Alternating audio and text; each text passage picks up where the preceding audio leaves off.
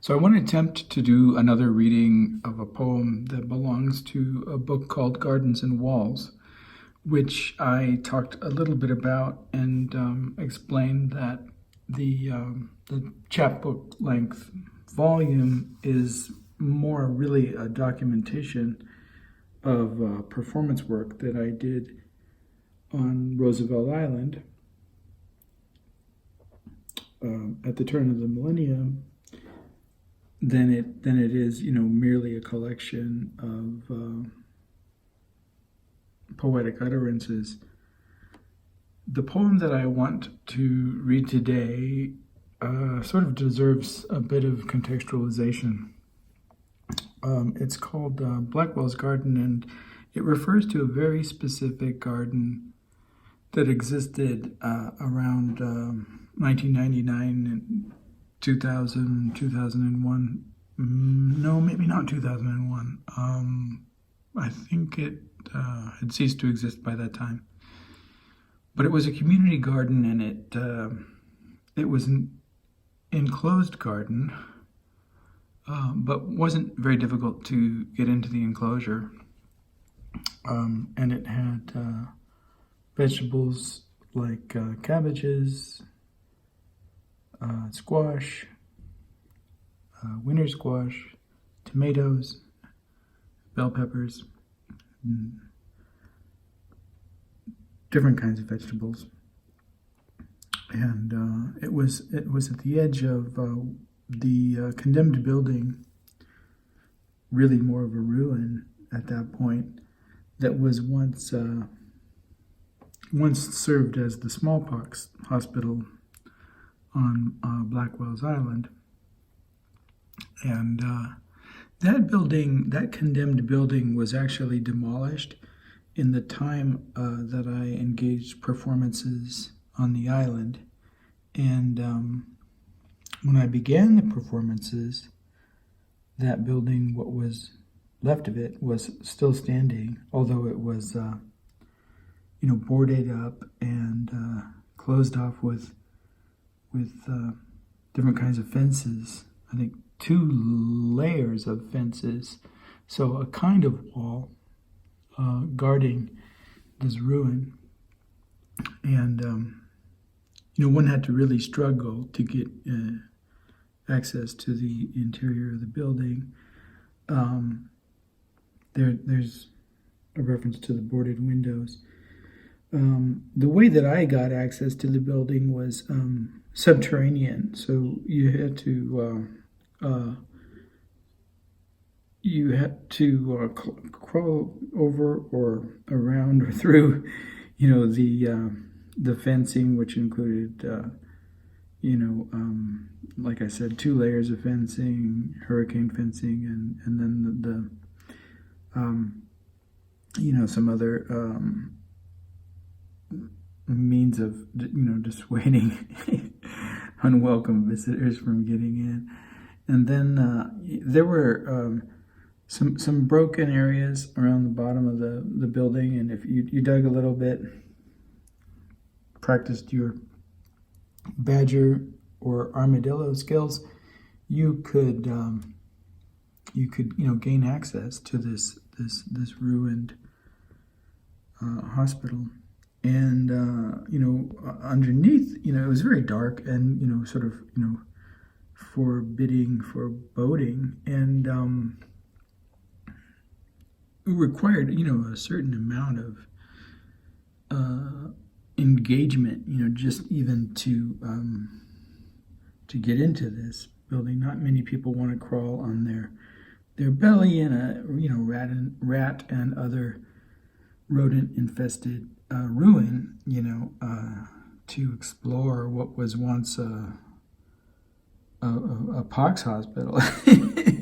but I did, because I considered it, part of my work, the experiential part of my work. I had always taken the experiential element in the definition of avant-garde as something significant and real. And I wanted to do the work properly as best I could in as many different ways as was possible. And one of the ways that you could do performance work was, simply by being exposed to how individuals with mental illness were, treated in a lot of different social contexts. So that would involve, being in hospital on psychiatric wards. That was one way of exploring it. From a different perspective, you could explore it through, performing different positionalities within the discourse of the medical discourse on mental illness and the psychiatric discourse on mental illness, including, you could become part of the institution. You could get a job somewhere doing work around some of these issues, which I also did. And I wanted to explore it historically, and that for me meant, looking at the site. I thought of the architectural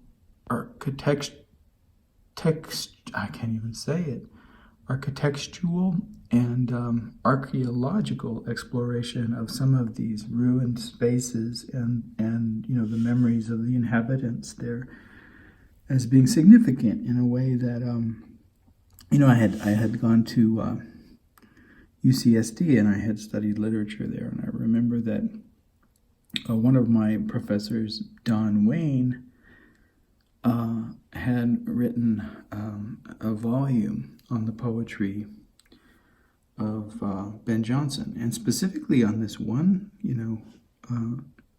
shortish poem of Jonson's that was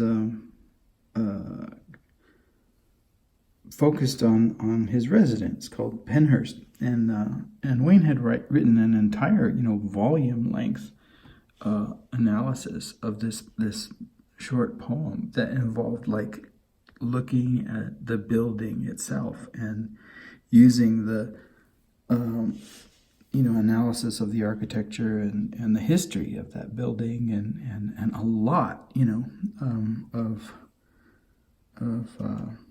detailed investigation of the materiality that fostered this poetic response to elucidate that. And I thought of my work around on Roosevelt Island as engaging that, but I also thought of it as a sort of domain of these ghosts, and particularly the Octagon Tower, but other aspects too. And then when I found this garden, I associated it with a poem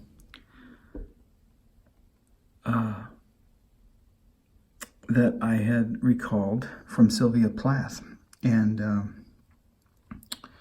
the poem of Plath's was filled with all of this garden imagery, and I had always thought of her poem as referring to the Garden of Eden, and for me that was interesting because madness is a kind of expulsion, right, from the accepted domains of society. And so if you take the social construction of mental illness seriously, right, then there are all kinds of implications in examining how being performatively labeled mad or mentally ill works. And one of the ways that it works, and I've argued this in essays, and I've argued this in poetry, and I've argued this in performance, and I've argued it in a number of different ways. But one of the ways that works then in labeling and in is that it puts you in a different social positionality than you would be if you were unlabeled, right? So there's multiple intersections of identity that belong to this labeling, and if you imagine this garden as a kind of Garden of Eden, then being inscribed with this label, madness, is very much like it has the same function that the angel with the burning sword had in in the original Garden of Eden, right? It's an expulsion, and then so the Garden of Eden in this case represents, polite society and all of the rewards and all, the wealth and the acceptance and the ability to provide for oneself, and the outside of the garden represents like the rejection, and the expulsion, the becoming anathema and becoming untouchable, wandering, the bitter world, right? Torment and labor, that didn't belong to one's existence before. And so anyway, I thought of all of that in, relationship to the Sylvia Plath poem. And I thought of the Sylvia Plath poem when I discovered this garden on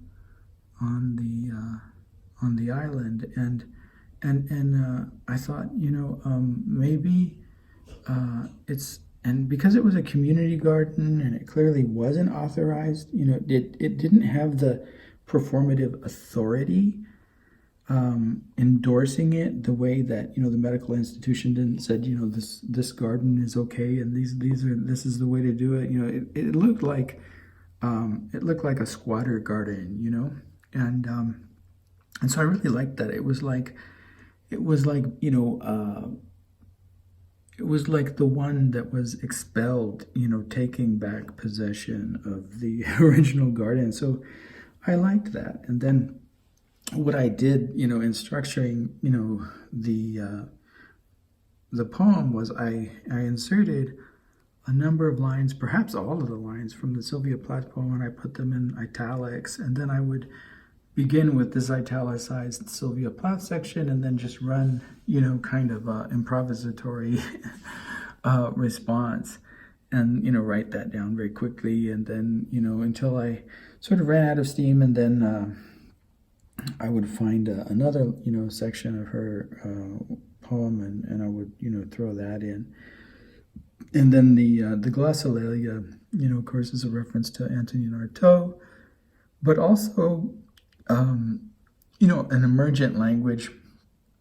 I have idiolectical language that I use particularly when I'm communicating with animals or both wild animals and domestic animals. But I use the language because it has a certain kind of force, and generally I use it to utter commands. But at this time, I didn't have an idiolect. But I did experience the phenomenon of glossolalia in some of my adventures on Roosevelt Island, particularly engaged in this dramatic performance of encountering ghosts.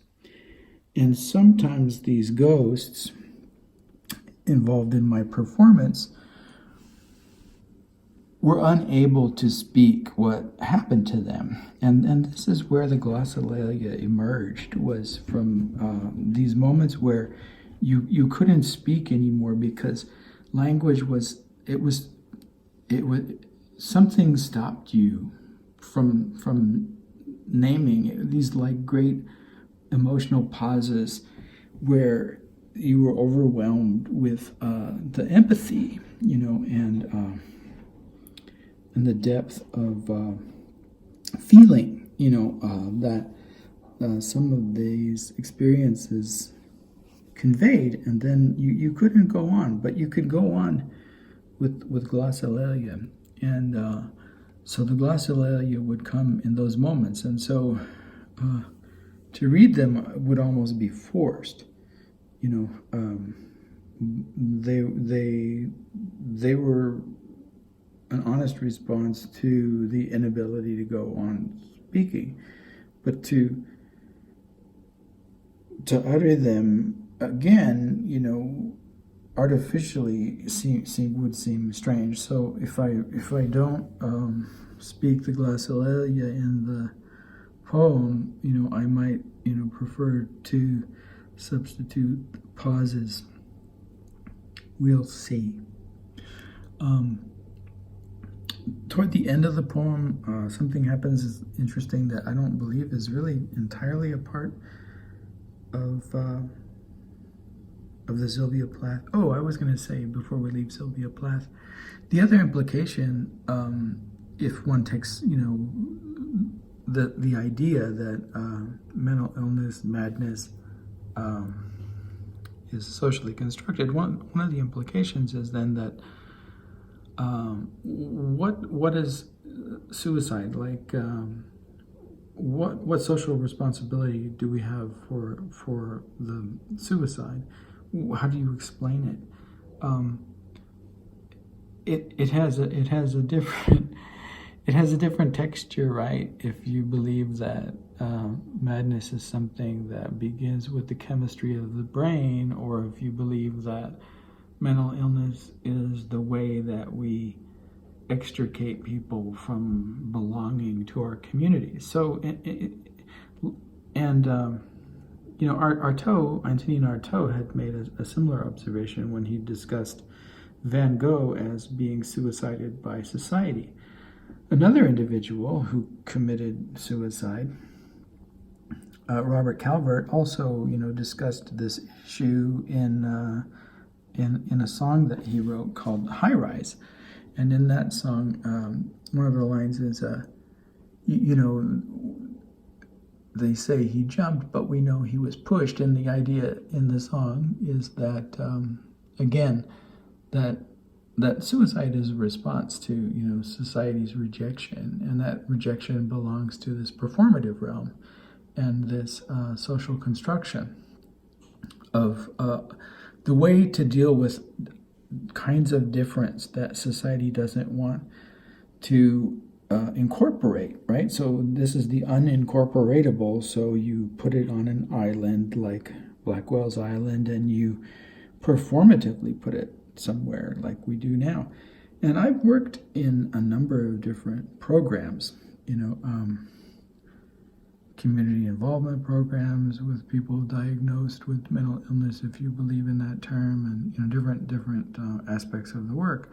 And I'm very much aware that this kind of casting out, still belongs to what is done today. So, and there may be alternatives, but I worked in an ACT program, and those were supposed to be pretty progressive, and this one definitely wasn't. So it's definitely still there.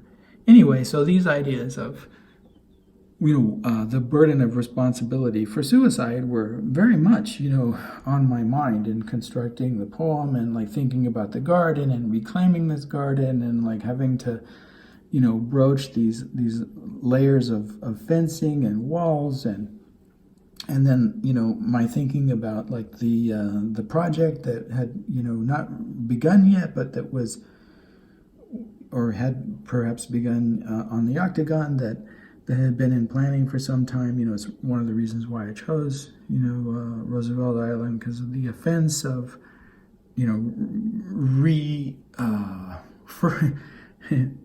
refurbishing the insidious, Octagon asylum as a luxury apartment building. That was, a big part of the impetus in exploring the island. And then I sort of chanced upon all of these other great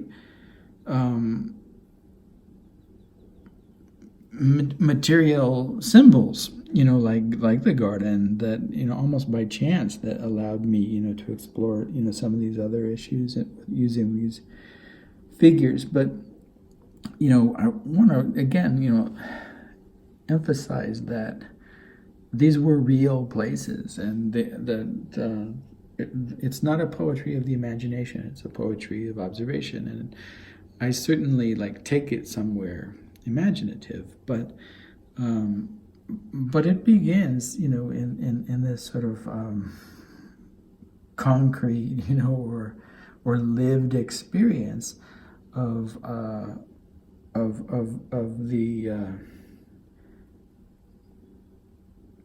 the world, right? Of this this world of the history of the social isolation of individuals called MAD. And so in that sense, like it always belonged to this archaeology and anthropology, even when it was disguised in other forms. And so that's what the poem does, and I think that's enough of a context. Oh, I was going to say towards the end, this imagery of a blue light comes in, and that's not entirely belonging to either my experience on the island or Sylvia Plath in her poem. It I think in some ways it belongs to the poet Jean Toomer, who wrote this long piece that involves sort of the Blue Meridian, which involves this meditation on blue light. And I had thought, perhaps maybe that we were talking about the Garden of Eden, and the expulsion from the garden, is classically like mythologized as the result of this vanquishing angel, right? Well, the blue light perhaps refers to, that cluster of angels, Michael and Phanuel, that belong to that spectrum of blue light. They're sword-bearing angels, and they're, depending on your take, sometimes they belong to that party of angels that are warriors, right, against evil, and forces of evil, like not just bad people, but dark spiritual forces, right? So I suppose I imagined, without being too explicit, that perhaps that blue light at the end represents either Michael or Phanuel, or the pair of them returning these individuals, vanquished, back, to the garden. In any case, once again, we'll see how far we get in the reading of the poem. I'm going to call it Blackwell's Garden. Again, all the italicized lines belong to Sylvia Plath. The fountains are dry, the roses are over, and the season now sits in winter's doorwell. Were there truly fountains here in the gardens of yesterday? Necklaces of jewels drawn up from the mud, embers of burning coal or wood glowing in the dark night of the Blackwell, into which we were cast one by one and in hordes like the rats which populate abandoned buildings, our memories, our terror. Did roses cling to the wall of the asylum? Did their delicate necks twist and turn, coil and wind around gates of hardened steel or iron, barbed, spiked, or wired? Did their blood-red blossoms mock us in summer, betray our impossible dreams in winter? Did their thorns speak the words, the volumes of words that no one could utter?